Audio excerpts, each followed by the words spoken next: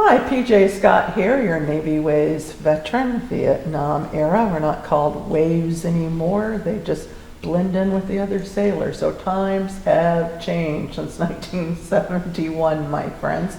Welcome to another edition of Veterans Forum presents Veterans Military Histories. I had quite a few people on my board say it was pretty plain to them that the viewers love to hear the stories of our veterans, and they want to know at the very beginning of the show what's in store for them. So today we have a World War II sailor, Bruce Hallett. Is that how did I say your name correctly? That is correct. Who is going to tell us about his military experience. And it's kind of interesting because you didn't just stay in the Navy, you bounced in the Army at some point. The Korean War came along and I went into the Army. Okay, well let's first start with World War II. Do you remember when you entered the military, Bruce? Yes, in June of 1943 at Portland, Oregon. Oh, okay. Were you living in Portland at the time? At the time, we had just moved from Wenatchee, Washington down there. I was born and raised in the state of Washington. Oh, okay, so we got a Washingtonian boy here. Now, do you have brothers who served in the military as well? Yes, I have one older brother who served. He's communications specialist and served all through the World War II. Now, where'd you end up going to boot camp when you went into the Navy? Down in San Diego. Okay, well, that's a lot of men went to San Diego. Yeah. And how soon did you get assigned to a ship? First, I attended gunner's mate school. After graduating from boot camp, I was selected to go to gunner's mate school, and I can't remember exactly how many weeks that was. It was quite a while. And then I think it was in December, I was assigned to USS LCI, which is a landing craft infantry converted to a gunboat. And did the Navy name those boats? Many ships have a name, but when people talk about landing craft, frequently I don't hear a name. Did your ship have a name? No, there's no name on there. They strictly go by numbers, and well, it's a landing craft, so is it, maybe it's not proper to say ship in this. And we were the smallest ocean-going vessel the Navy had, and the living conditions aboard established that. Pretty horrible. Well, it was the LCIs, large, were just formed to land troops on the beach. Right. And they could land up to 150 troops on one occasion, on each occasion. So these were very necessary, and for those of you who watch the Pacific like I did, my God, the Marines were constantly getting on and off, and the Army as well, on that landing craft to land on those beaches with the Japanese. That is correct. Yeah. Now, do we have a picture here of your ship, Bruce? I have a picture here of our entire group going into the beach. There were 7 of us went in on the first wave. Now, can you tell me what island are you trying to get on here? On that one there, we were going into Iwo Jima. It was my last and final invasion I made in the Pacific over 2 years. Oh, okay, so we're probably jumping ahead a little bit. But in other words, you were on the same landing craft for a couple of years there? Yes, well, probably a year and a half. Oh, okay. All right. What was the likelihood of those landing craft just being torpedoed out of the water? There's not you cannot torpedo a landing craft because it has a mean draft. An LCI has a mean draft of 5 foot and a flat bottom. Okay. And therefore, what the Navy did though is the underwater demolition units for the Navy, the swimmers, the forerunners of today's Navy SEALs, were going into these beaches on all of these invasions anywhere from 2 days to 10 days prior to the Marines landing. And the swimmers needed protection, so the Navy took the LCILs, supposed to have a 20-man crew on them. They put 60 people on them. They put rocket launchers on them. They put 40 millimeters on, 50 caliber machine guns, 20 millimeter. Were you praying that you'd stay afloat?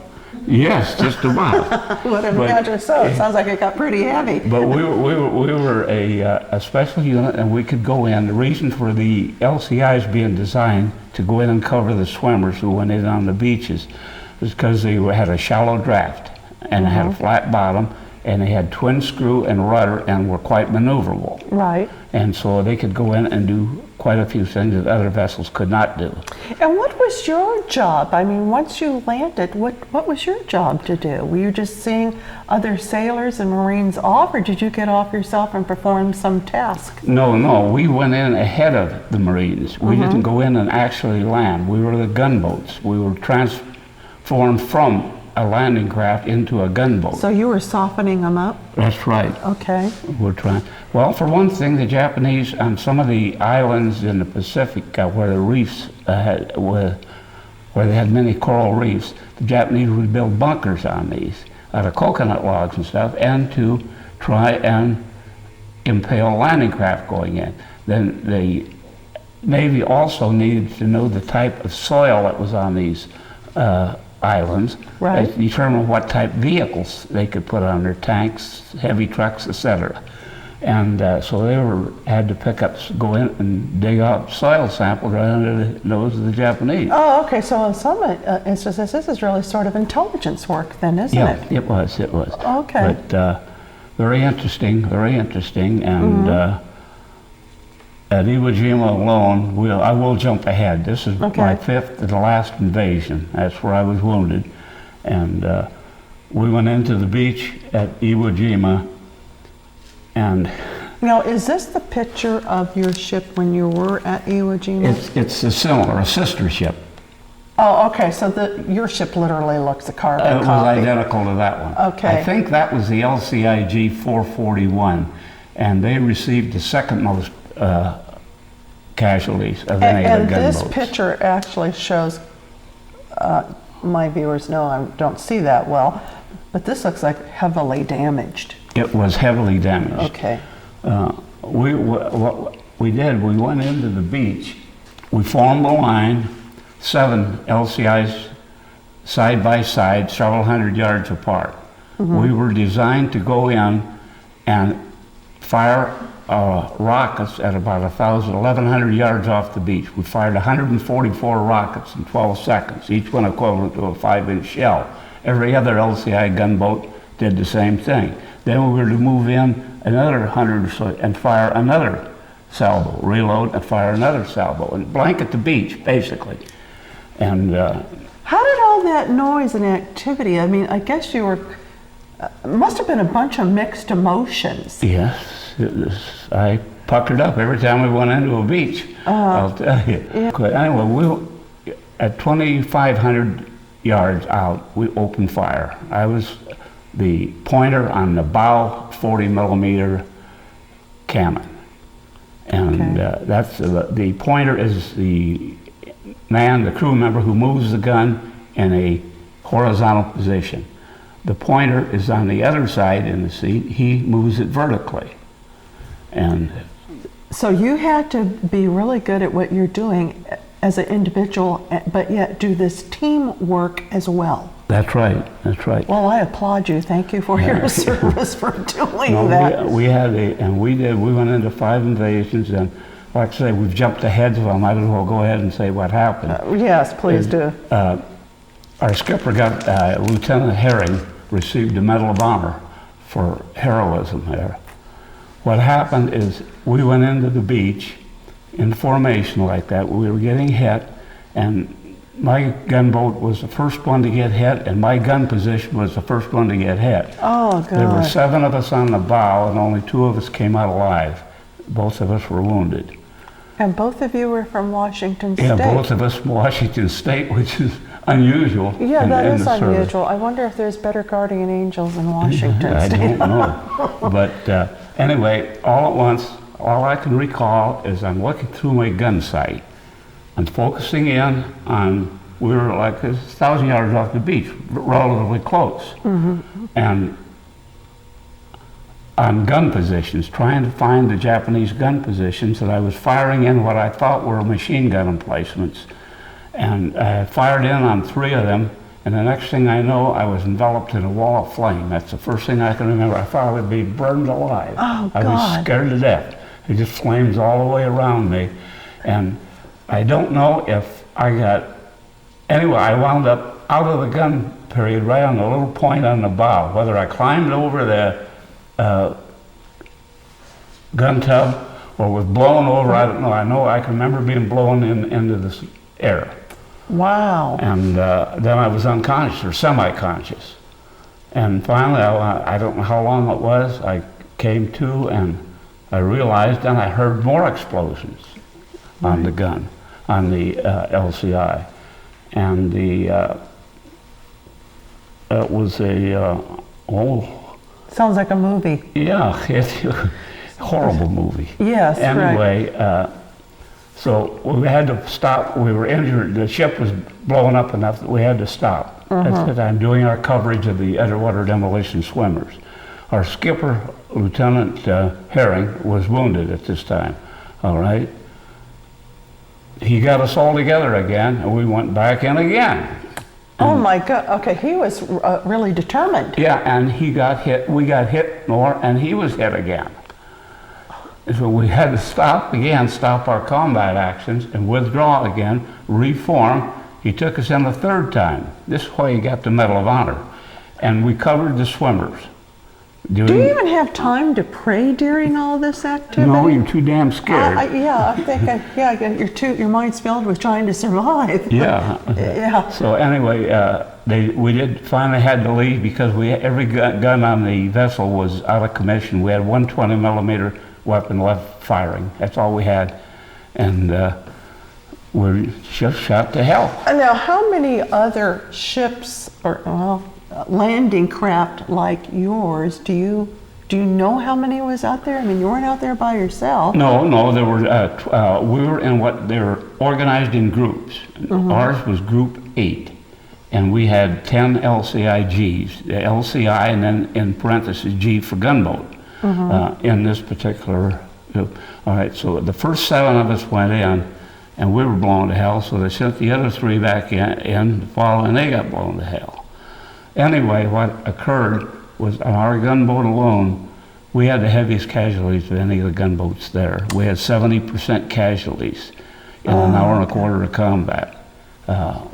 We had, the skipper, like I say, took us in 3 times, and we had, out of a 60-man crew, we had 21 killed and 21 wounded. Was your skipper killed? No, he came out of it alive, and he came home and got the Congressional Medal of Honor, taking us in. Right.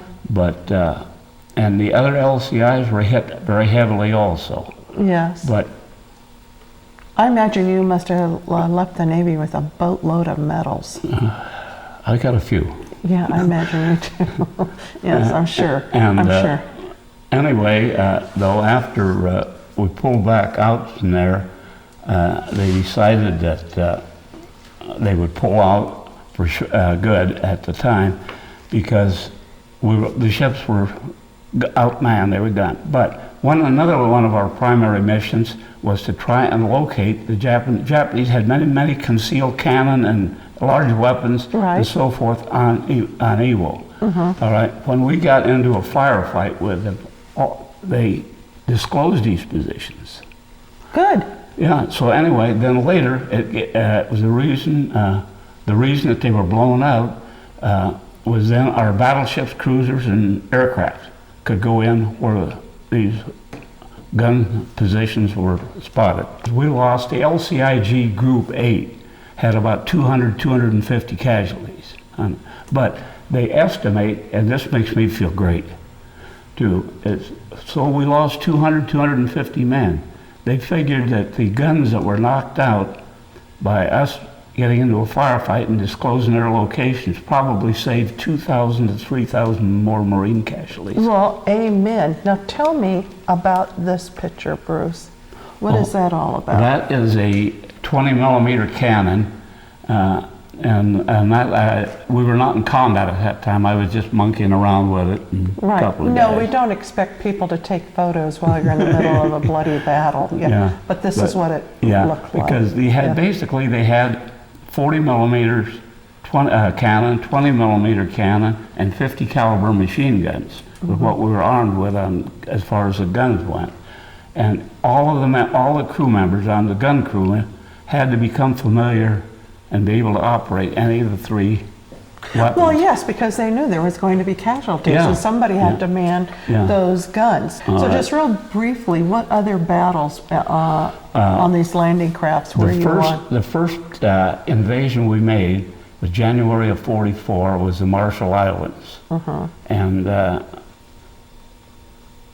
that was our first one, and we were all didn't know what to look forward to. Okay, so you were kind of green at this time. Yeah, we were green at the time, and fortunately we didn't take a lot of fire from the enemy on that. There wasn't too much resistance in the Marshall Islands. Okay, well that was a good first time then to get you warmed up. The second invasion I made was in June of '44, and that was the island of Saipan in the Marianas Group.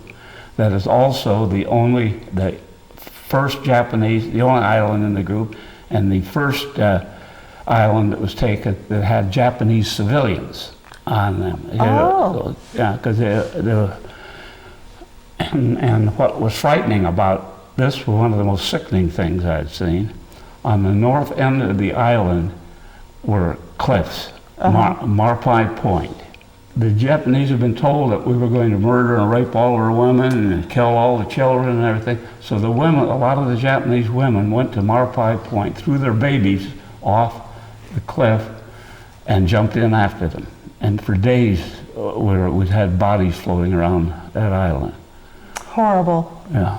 And one other thing along the same line is we took some interpreters aboard our gunboat, and it was a loudspeaker system, moved in close to Marpai Point and tried to talk the Japanese into not doing this, into surrendering and not killing themselves. Yeah. They greeted us with more gunfire. We got shot up again. Yeah, that was silly on their part looking back. Yeah. You see, the next invasion then was Guam, and also in the Marianas Group. That was an American island at that time. Right. We sometimes forget that when the Japanese attacked Pearl Harbor, they chugged over to Guam, and instead of just shelling the place, which they did do that, they just took over. Yeah. I've interviewed some elderly people now who were children, and there's no other way to say it. Life was hell on Guam with the Japanese in charge. A lot of atrocities happened. Yeah, we went in there about, I think that was the longest period of time before the actual invasion that we went in to cover the underwater demolition swims. I think it was about 8 or 9 days prior to the actual invasion. And one thing I can recall, and then again we led the Marines in on the actual invasion when they went in. Yes. Throwing our avalanche of rockets, like we were throwing in there. And we didn't get hit there either. Wonderful. Fortunate can be. Right, right. Well, we're all so thankful for all our World War II vets. Or I, being a California girl born in Santa Cruz, I know my family was very concerned that after Pearl Harbor, what was going to keep them from just going right under the Golden Gate Bridge. Yeah. They were terrified. One other island is the last, Tinian. We went to Iwo Jima, which we've covered fairly well. Yes. But went into Tinian, and it was relatively, again, we didn't get shot up. We were very fortunate again. We had a fake invasion. We actually formed up, the LCIs formed up like they were going to lead the wave of Marines in, right? Okay. On one side of the island. We did this for a couple of days like that. So anyway, the Japanese obviously figured, well, this is where they're going to land. In the meantime, they sneaked around the other side of the island and made a very peaceful invasion, actually. Had not nearly as many killed. So it sounds like most of your battles was relatively, shall we say, lucky for you? Yes, very fortunate, until Iwo Jima. You paid for it dearly in the end. Yeah. And you were wounded? Yes, yes. Okay. Yeah. You got your Purple Heart? Yeah. Good, good. Yeah. So let's wrap up World War II. Now, When the war's over, did you get out of Yes. the Navy, and what did you do for a while? Well, I stayed in for a while, and they sent me, I got off the train in Chicago. I was being assigned to Great Lakes Naval Training Station when the war ended. Oh, okay. I was riding, and boy, that city was going crazy. I had a great time there. So I knew I was 3 days late reporting in, and no one cared. Okay. I wonder if there were some cameras. I can just imagine the pure jubilation at the end of World War And II. this is what led me into the Army eventually, is while at the Great Lakes Naval Training Station, the Navy had no training, school training, legitimate training courses for shore patrol or anything. Oh, okay. So they sent me and about 50 or 60 other swab jockeys down to the Army Military Police School in Camp Bullis, Texas. So I attended that school, and while there, I came across the Army CID, Criminal Investigation Division. Their school was at the same place. So I became acquainted with that particular branch of the Army, and that's where I got interested in that. So. Okay, so how long did it take you from the time you got out of the Navy to join the Army? I had to go home and take care of my mother. My father had just passed away, and she was by herself. So I stayed out for I believe about a year and a half. Oh, I see. And then I went into the Army. I checked first. I was interested in CID. So I checked first, asked questions. Yes, you can enlist directly for the military police and CID school if you can pass a complete full field background investigation. You see, determine what my character had been. Yes. And also two different intelligence tests. So I passed those, and I was accepted for Army CID school. Good. So I became a CID agent. And did you enjoy that? Is that what you did throughout your Army career? I loved it. Oh, I okay. loved it. And how many years did you stay in the Army? 16. Oh, so you made a career out I of made it. a career, and I retired with 20 years service. Yeah. And then did you use that training you got in the Army for? Oh yes, I immediately went into the United States Customs Oh. as an investigator. The CID did is they investigated it's like a detective force. Well, of course it is. We investigated everything from a barracks larceny up to including homicide. Oh. And that again I was in Korea during the Korean War as an agent. Now, okay, as an agent, so what were you doing? Can you recall? No, I can remember there were two agents, myself and one other agent assigned to the 9th Corps area. Well, there were 3 infantry divisions in 9th Corps on the front up there.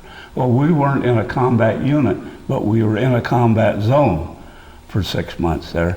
And there were quite a few homicides and suicides that we had. 2 guys would get in an argument or something, they wouldn't just punch one another, one would blow the other one away. Oh, Lord. Wasn't at all unusual. Yeah. Oh, really? Wasn't unusual, huh? I wonder what kind of letters were written home.